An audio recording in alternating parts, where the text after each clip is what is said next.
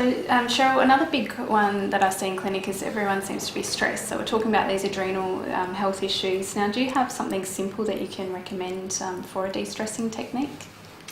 Well, I do. The most simple de-stressing technique is Deep breathing. breathing. Breathing actually can alter your autonomic nervous system and literally just a few breaths can calm the stress response down, can let the body open up, can just bring more oxygen in. It affects the brain. I just recently read a study that was done on people who never meditated before, and they brought them into this study and they gave them some exercises with some gentle breathing and relaxation through the breath, and then they measured their genes before and after. Just doing this for 5 minutes. So they practiced for 3 weeks. They measured their genes before, they measured their genes after. All they did was added this 5-minute breathing meditation, and they found all these genes had been altered in a positive way just by letting these participants breathe. So I just have to remind people, our breath is portable, we carry it all the time, it doesn't cost us anything, and if we can just remember to take a few breaths, that to me is most profound. And I'll give you one more tip. If you can take a few breaths and focus the breaths out of your heart, so you imagine yourself breathing in and out of your heart, and you can actually feel a sensation as your focus, that is then opening up the energies of your heart, and that is where gratitude lives.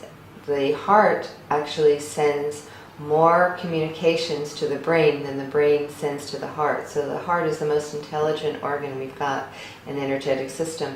So just breathing is great, but if you can breathe out of your heart, and if you can take a minute and just think of something you're grateful for, that will have profound ramifications. Profound. Simple, but profound. So you just mentioned that you have soy sometimes in the coffee. Now, do you have anything else to say about shock horror, right? Well, here's my dilemma. I'm lactose intolerant. Yeah. I like a little something in my coffee, so I choose to have a little soy. Okay. Because I think I can manage soy better than I could the regular milk. Unfortunately, my coffee shop doesn't have lactose-free milk. So. Yeah. You have to, you can't get too crazy. You cannot get too obsessive over these things. I see more and more people moving over towards the obsessive side on food. Yeah. And having been obsessive with food at one time, it's not really where you want to be. Because, you have to have that freedom to be open to changes and circumstances, but it's the middle path, right? It's always the middle path. So you don't want to be strict and rigid. That is a stressful way to be. That in itself can stress the adrenals out. Yeah.